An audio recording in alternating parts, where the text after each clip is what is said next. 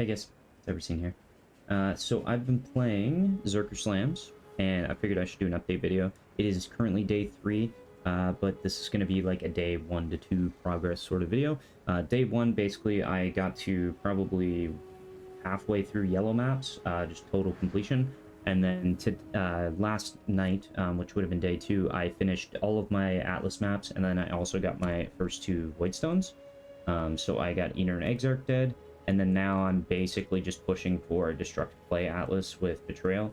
And 1, I want Veiled Orbs from Betrayal, and 2, I want XP, and then 3, I want the Influence maps so that I can start doing, you know, Elder, Shaper, and then doing Maven. So that's kind of what's been going down. Level 94, doing pretty good. Characters playing out pretty good.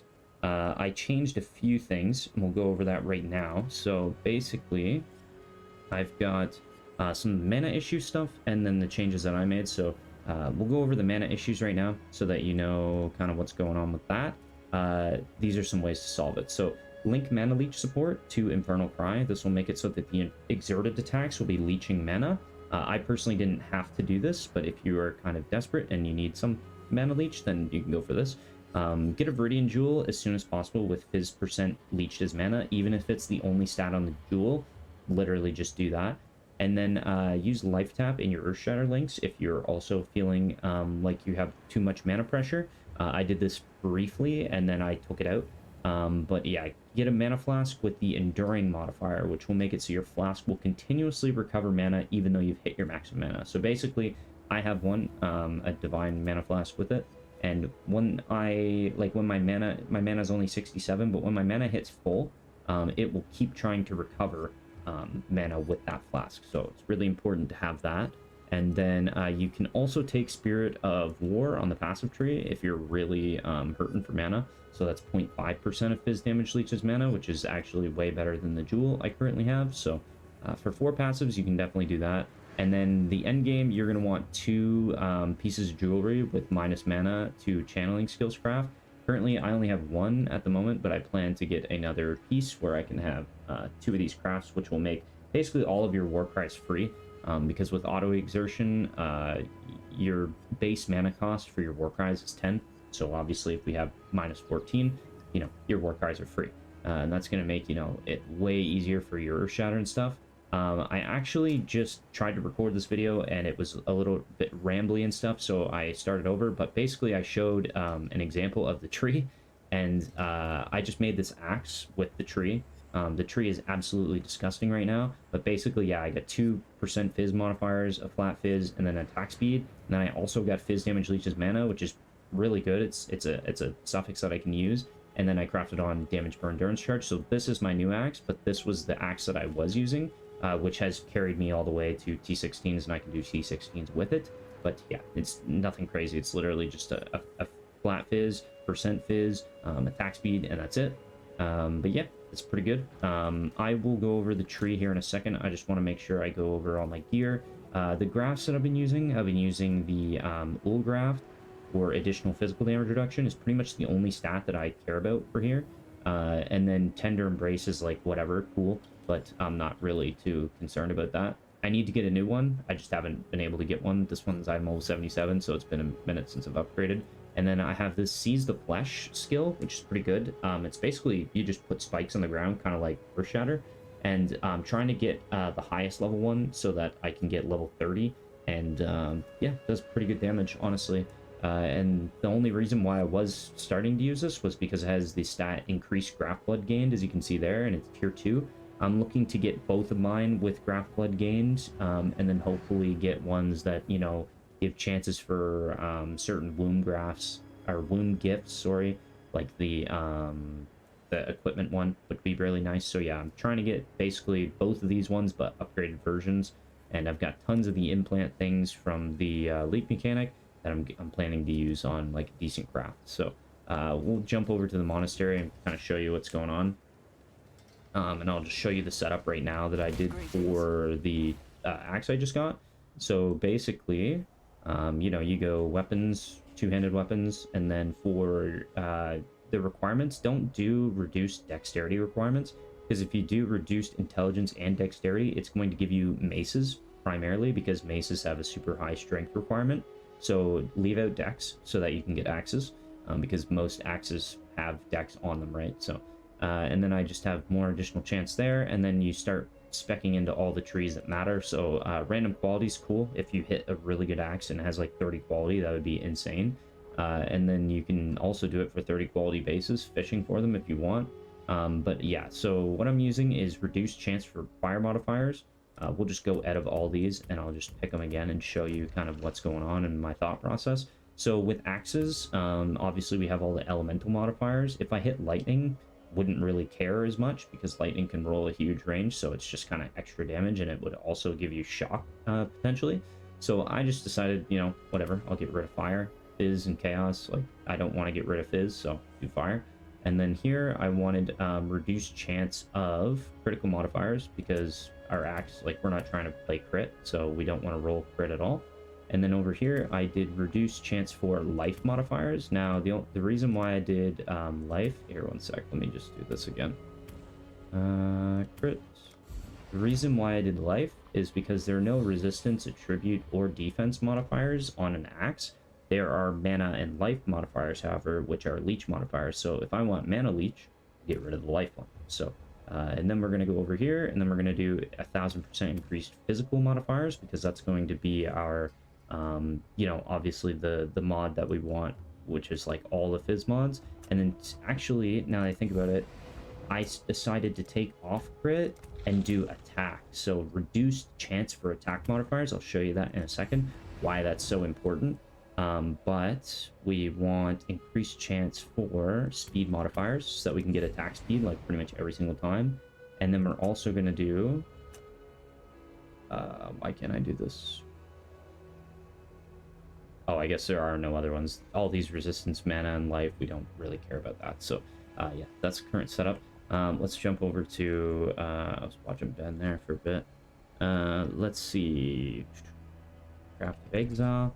I'll show you guys basically a like curry chopper we'll use an example for, and then we can look at all the mods and all their tags. So as you can see, if we have 1000% increased chance for physical, you know, we have a really big chance at hitting all of these 3 physical modifiers, but there's so many attack tags on all of these modifiers that if we just do reduced attack modifiers, we're literally reducing everything and then heightening these fizz modifiers, which is going to give us a super good chance at getting fizz, which is why on that axe I hit all 3 fizz modifiers. So another thing too is speed. I wanted attack speed. That's the only, you know, speed modifier, so that's working out pretty good. And then obviously the mana leech modifier is what we went for reduced life, right? So we don't get these ones too. And then yeah, you just sort of you just throw one out. I'll do another one. So obviously we get like the links. We want the links to be 150 times, blah blah blah. Okay, let's just do one. Let's see what we can end up with. So we hit a bunch of axes and some swords. That's gonna happen, but basically you just keep going until you can hit what you want. Here we hit T2 fracture on a mace. This axe is pretty good. You can actually use this axe, for example. T1 attack speed, T4 fizz, T2 percent fizz. So this is a really good axe, actually. Yeah, and you can just do that over and over and over again until you hit, you know, what you want, or something like this, right? So this Ezomite axe basically has 0.5 more attacks per second than this curvy chopper, so my guy's gonna be pretty fast with that. But yeah, that's pretty much the league mechanic. You just do that, rinse and repeat for other items. So just go on Craft of Exile, look at all the tags, and then just go through the tree and then just look like what do you want increased, what do you want reduced. Yeah, it's pretty simple. So I've been getting tons of crazy gear from this. Like all of my axes, all my good axes have come from that. Yeah, just get it while it's hot, because I don't know, dude, this is quite strong. Like I think it might be too strong. But yeah, currency, I haven't hit anything crazy yet. I think I hit like 1 div. Yeah, I haven't really been doing too much. But yeah, to upgrade your tree, just find the body parts, which is from completing the mechanic in maps. And then also, the more blood that you give the tree, the more points it will give you, like when you get to certain points. Now I basically just have to find body parts. So. Oh, okay. Changes to the build. changes that I made just through the playthrough. And I'm just experimenting with stuff too, just figuring out like what's kind of the easiest way to do everything. I know I wrote a guide, but like it's not like fully fleshed out. Like some things just feel better. It's, you know, you got to be versatile with something like this, but the minor changes I made were basically that Fist of War was creating too much of a spread and an AoE on Earthshatter, which means for your spike detonation, you're not really getting very many overlaps. And the overlaps are what give you like big damage. So I opted to use Fortify support instead of Fist of War to get 5 passive points. And then with those 5 passive points, I pretty much pushed into Bastion Breaker, which is 50% chance to ignore enemy fizz damage reduction. And then I have 100% with the Mastery.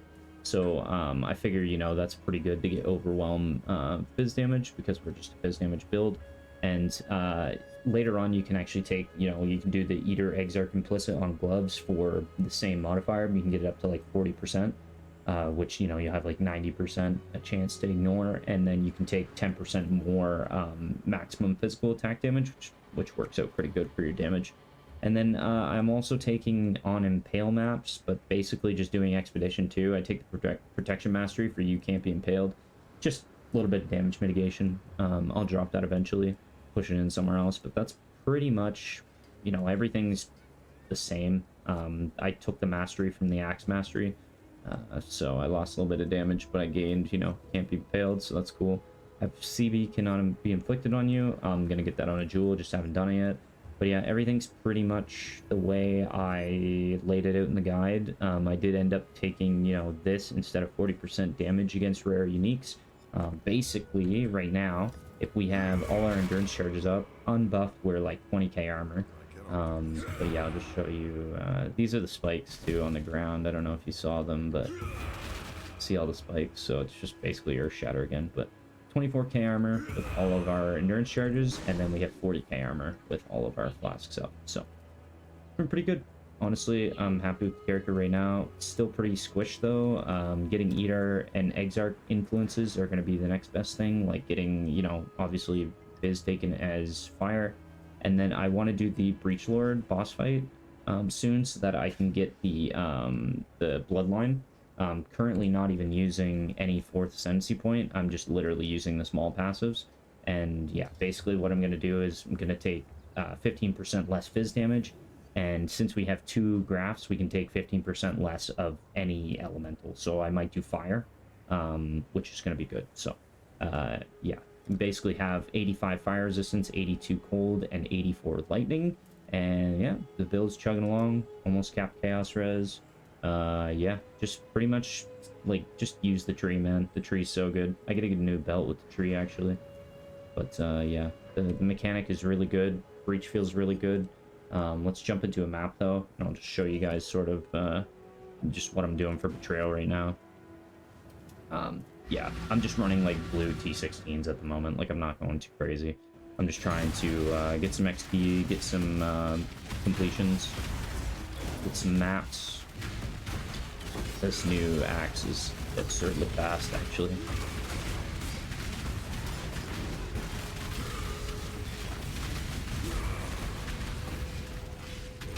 The Huntress is lost.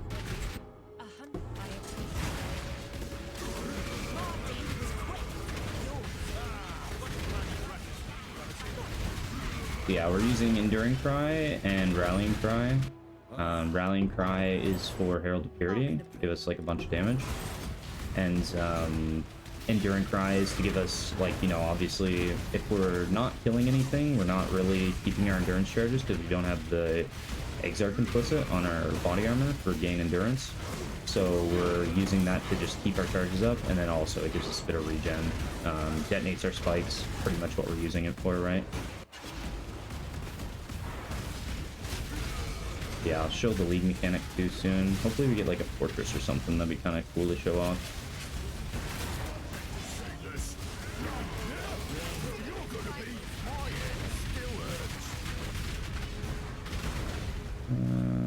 I just you bash well, Exile. You'll regret this.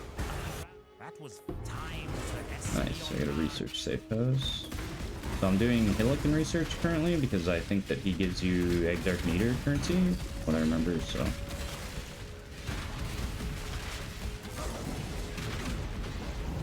But yeah, doing shrines as well as Nico, just to get that little bit of extra power, especially for killing bosses, because we just don't really have a ton of damage right now. Next thing is I want to get the cluster jewels so I can get perma onslaught, which is going to help us with our attack speed. But I gotta go farm low-level daily maps for that.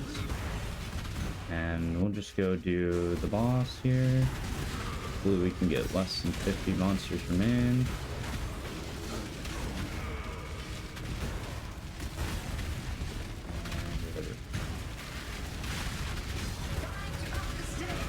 Pretty good boss damage, really.